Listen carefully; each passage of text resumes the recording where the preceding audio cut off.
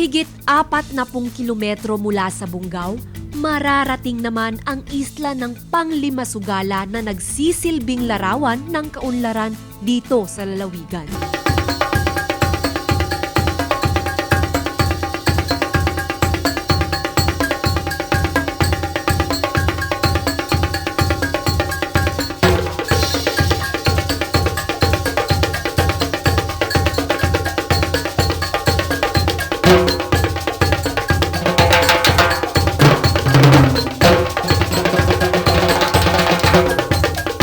Hindi na tayo makakasakay ng bangka papunta doon dahil meron ng tulay na nagdurugtong sa isla ng Bungaw papuntang Panglimasugala. We're aiming to connect this road from Bungaw going to Panglimasugala, then go as far as Sapa-Sapa, Tanubas, and going around Languyan. So, this is our future project. May ginagawa tayo ngayon going dito sa mainland. Ito kasi yung mainland kasi dito yung mga agriculture products natin sa mainland, Tawi-Tawi. So, nung nakonekta na yung bridge na yan, yung supply natin sa Bungaw, kumbaga, hindi na siya tumitigil, hindi na huminto. Magmula nang madugtong ang isla ng Bungaw at Panglimasugala, mas lalong umunlad ang komersyo. Nung na-connect na po kami sa island ng Bungaw, madali na pong mag-bring ng mga farm products namin to Bungaw kasi nandun yung mga pinakamalaking pantalan na port wherein yung ibang goods namin dinadala pa ng Zamboanga, ganon. So mas madali siya at mas economic siya kumbaga at hindi siya masyadong malaki yung effort magdala. Kasi before kasi wala pa yung bridge, kailangan namin isakay pa sa lancha. It would take us mga more than an hour to bring the products to Bungaw. At kung hindi maganda yung weather, kung maulan o maalon, standby talaga yung products hanggang pwede siyang mabulok. So, ngayon po, anytime, kahit gabi, kahit madaling araw, pwedeng dalhin yung products to Bungaw. Bagamat hindi tayo nakasakay ng bangka, kitang-kita naman ang linaw ng tubig ng dagat mula sa tulay. Malawak na mangrove farm ang nagpinta ng berde sa tanawin. Nakipaghabulan tayo sa pagsikat ng araw papunta sa daungan ng Panglimasugala upang masaksihan natin ang tradisyonal na sistema ng palitan ng produkto o barter.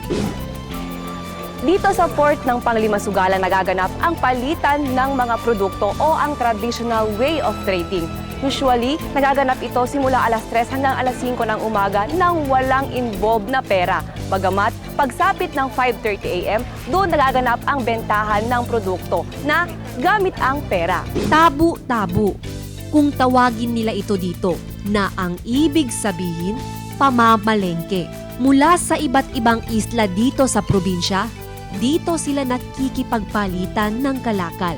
Araw-araw itong nangyayari, pero mas dagsa raw ang mga produkto tuwing Sabado. Mga badyaw ang karamihan sa mga nakikipagkalakal dito.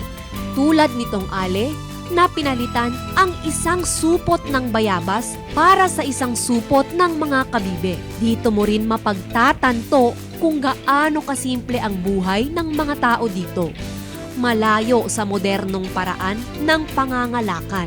Pinapatunayan na hindi kakulangan ng pera ang dahilan kung bakit walang laman ang tiyan ng iilan, kundi sipag at pagtuklas palalo sa biyaya ng kalikasan. Yamang lupa kapalit ng yamang dagat ang iyong mapapansin. Mapapatigil ka naman kung pagmamasdan mo ng maigi ang jeep nila dito. Kahoy ang nagsisilbing suporta ng katawan ng jeep at hindi bakal. Mayamang isla nga ang Panglimasugala, kaya naman tinatawag itong fruit basket of Tawi-Tawi. Lahat po ng klase ng prutas, lansones, durian, mangustin, saging, pinya. Kasama po, isa sa pinakamalaking meron ang Panglimasugala. Kasi fertile po ang soil sa Panglimasugala. Siguradong isa ang Panglimasugala sa mga babalikan natin dito sa Tawi-Tawi. Taliwas sa mga naririnig natin, Maayos at sementado ang mga kalsada dito. Yes, dami, no? Marami tayong mga future infrastructure project. Meron itong patapos na ito, meron itong ongoing pala na water system level 1. Level 1 is yun sa household na ng mga tao natin. Nasimulan ito sa Panglimasugala. So after Panglimasugala, we will going to turn it over sa month ng October. After that, after Panglimasugala, tatakboy na namin yung tubig to Bungaw. Kasi nga doon sa Panglimasugala yung source natin. Saksi naman ako sa mga gusaling tinatayo bilang isa sa mga infrastructure projects dito sa lalawigan. Nadaanan din natin ang itinatayong Hall of Justice nila dito. Itong mga gusaling ito ay unti-unting pinapatunayan ang kaunlaran sa probinsyang ito. Nakakatuwa ding malaman na may mga proyekto na ang gobyerno para sa pabahay ng mga kapatid nating Badyaw.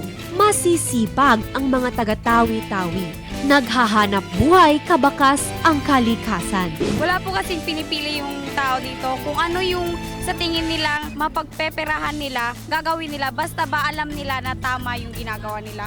Na hindi labag sa batas yung pagtatrabaho nila. Di maipagkakaila ang kayamanan ng Tawi-Tawi. Kaya kahit na nasa pinakadulo ng Pilipinas ito, walang dudang napaka-importante nito sa ekonomiya at komersyo ng ating bansa.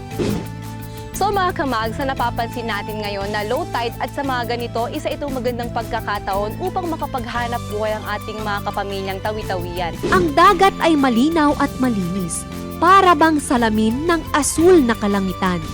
Maliban sa mga yaman nito, ang dagat mismo ay bukod tanging kayamanan. Hindi lamang ng Tawi-Tawi, kundi ng Pilipinas. Katulad ng karagatan, marami pang nagtatagong kagandahan ang Tawi-Tawi. Kung kaya't, prioridad din dito ang turismo. Kasabay ng pagdiriwang ng kalayaan bawat taon, ay ang masidhing pag-usbong ng turismo dito sa paraisong ito.